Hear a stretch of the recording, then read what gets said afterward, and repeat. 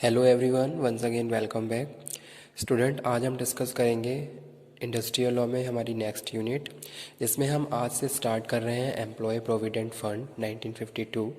Okay, तो ये act हम आज से स्टार्ट करने जा रहे हैं, एम्प्लॉयज़ प्रोविडेंट फंड यानी कि पीएफ एक्ट 1952। तो आज हम डिस्कस करने वाले हैं introduction, scope of act, applicability. ठीक है, यानी कि इसका इंट्रोडक्शन में क्या इसका इंट्रोडक्शन है और क्या इसका स्कोप है और इसके एप्लीकेबिलिटी के बारे में। सो स्टार्ट करते हैं। सिंपली अगर मैं आपको बता दूं तो एम्प्लॉय प्रोविडेंट फंड क्या है, सोशल सिक्योरिटी। जैसे कि हम बात कर रहे थे कि प्रीवियस हमने जो जो एक्ट डिस्कस किया है, जैसे कि एम्प्लॉय कंपनसेशन एक्ट, उसमें क्या है, ड्यूरिंग एम्प्लॉयमेंट हम बात कर रहे थे कि providing the security to the social security to the workman. Okay, यहाँ पे हम बात कर रहे हैं आफ्टर द रिटायरमेंट। ठीक है, यानी कि एक तरीके से जो इन्वेस्टमेंट की बात कर रहे हैं या फिर जो जो भी कंट्रीब्यूशन है वो किस लिए किया जा रहा है, ताकि वर्कर जब रिटायर हो तो उसके बाद एज अ पेंशन वो सारी चीज़ें उसको जो भी बेनिफिट्स हैं उसको प्रोवाइड करवाई जाए। ठीक है, तो इंट्रोडक्शन में हम बात कर रहे हैं employ provident fund 1952 provide social security against old age और प्री मैच्योर डेथ। ठीक है, तो यहाँ पे हम क्या बात कर रहे हैं, एम्प्लॉय प्रोविडेंट फंड यानी कि पीएफ एक्ट 1952 प्रोवाइड किया जा रहा है क्या, as a social security against, किसके अगेंस्ट, ओल्ड एज, जैसे कि क्या है रिटायर, जो ओल्ड एज है, और premature death. This is precisely with the object of employ provident fund 1952 was passed. ठीक है, तो इसी ऑब्जेक्ट के साथ इस एक्ट को पास किया गया था।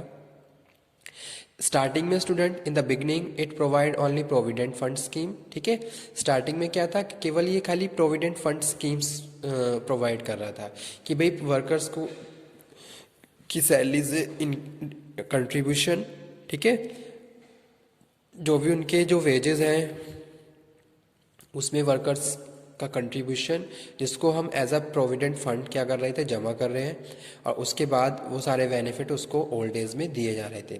लेकिन यहाँ पे हम बात कर रहे हैं in the beginning it provide only provident fund scheme, how ever in 1971 and 1976 it also provide pension scheme. ठीक है, यानी कि फिर क्या हुआ, इस एक्ट में अमेंडमेंट किया गया और 1971 और 1976 से पेंशन स्कीम और डिपॉजिट लिंक इंश्योरेंस की स्कीम भी इसमें ऐड अप कर दी गई। ठीक है, और उसके बाद बेनिफिट, जो भी बेनिफिट थे वो वर्कर्स को प्रोवाइड किए जाने लगे।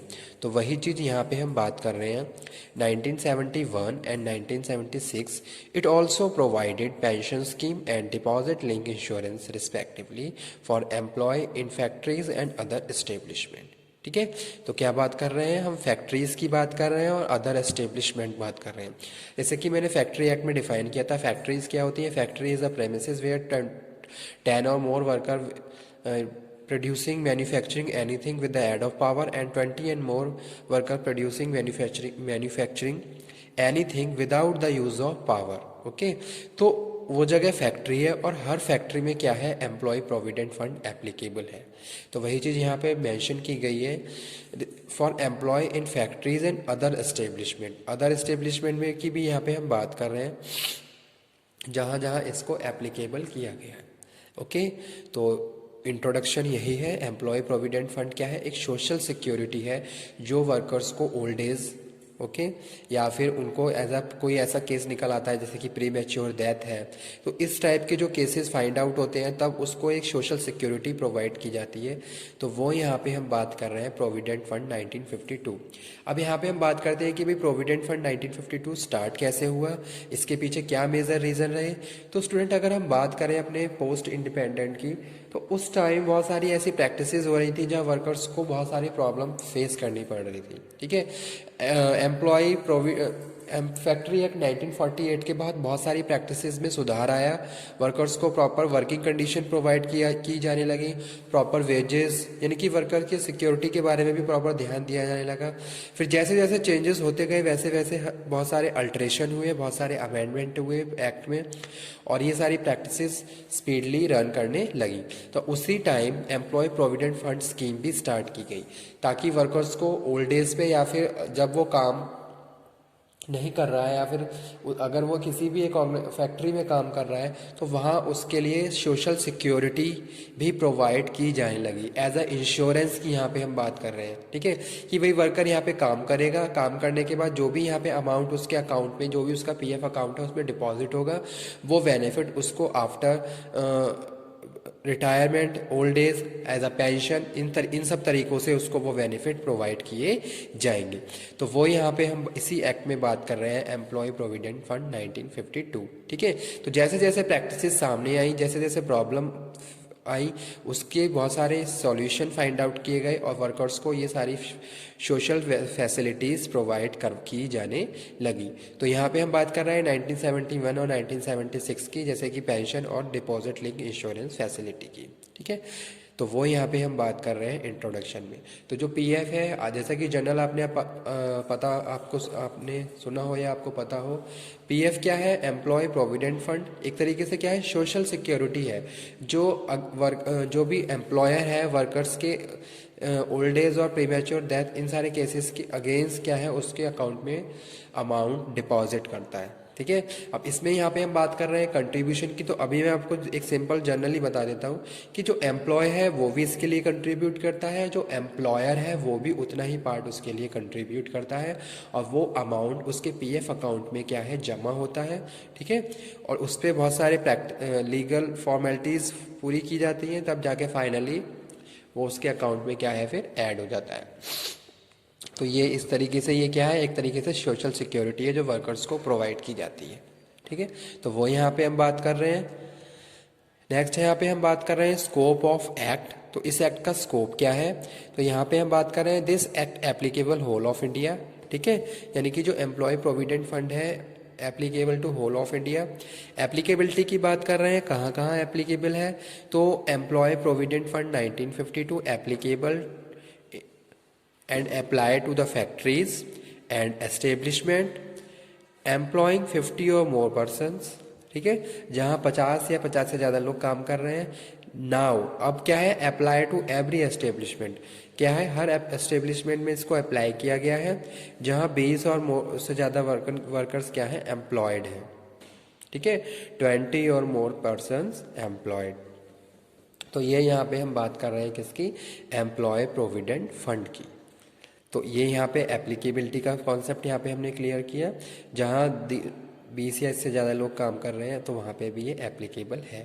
ठीक है, तो आज इतना ही, introduction, scope of act, applicability. ठीक है, इसी तरीके से स्टूडेंट हम डेली कुछ सब टॉपिक एक साथ लेके चलेंगे ताकि हमारा ये एक्ट जल्दी कवर हो जाए, क्योंकि जो एम्प्लॉय प्रोविडेंट फंड है ये भी क्या है, थोड़ा लेंथी है, जैसे कि फैक्ट्रीज एक्ट 1948 की बात करें।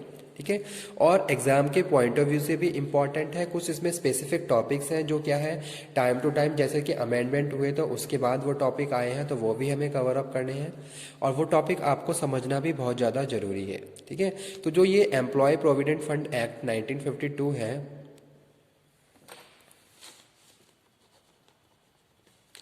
इसको आप बहुत अच्छे से स्टडी करिए, क्योंकि क्या है, आज के टाइम में अगर हम किसी भी ऑर्गेनाइजेशन की बात करें तो ये क्या है, हर जगह एप्लीकेबल है। ठीक है, जहाँ की जैसे कि मैंने यहाँ पे एप्लीकेबिलिटी की जो कंडीशन बताई है, इसके हिसाब से ये एप्लीकेबल है। और साथ के साथ अगर हम किसी भी ऑर्गेनाइजेशन में जॉब करते हैं तो वहाँ पे हमें इन सब प्रैक्टिसेस का सामना करना पड़ता है, यानी कि ये सारी फैसिलिटीज़ हमें प्रोवाइड की जाती हैं। इस केस में हमें प्रॉपर नॉलेज होना चाहिए कि कब किस तरीके से हम इन सारी कंडीशंस को रिसीव कर सकते हैं, और अपने राइट्स के बारे में भी आपको प्रॉपर पता होना चाहिए। तो इसी तरीके से प्रॉपरली आप इन सारी चीज़ों को स्टडी करें, और साथ के साथ प्रॉपरली इन टॉपिक को आप प्रिपेयर करते हुए चलिए। ठीक है, तो इंट्रोडक्शन क्या है, employ provident fund provides social security against old age और premature death. Okay, this is precisely with the object of Employee Provident Fund 1952 was passed इसी ऑब्जेक्टिव के साथ इसके पास किया गया, लेकिन उसके बाद 1971 और 1976 में पेंशन स्कीम और इंश्योरेंस की स्कीम भी इसमें ऐड कर दी गई और वर्कर को ये सारी फैसिलिटीज़ भी प्रोवाइड की गई। ठीक है, जैसे कि यहाँ पे हम बात कर रहे हैं पेंशन प्लस EDLI की बात करते हैं। EDLI यहाँ पे स्टूडेंट स्टैंड करता है एम्प्लॉय डिपॉजिट लिंक इंश्योरेंस। ठीक है, तो ये यहाँ पे हम बात कर रहे हैं pension plus EDLI employ deposit link insurance. Okay, तो ये है इसका इंट्रोडक्शन।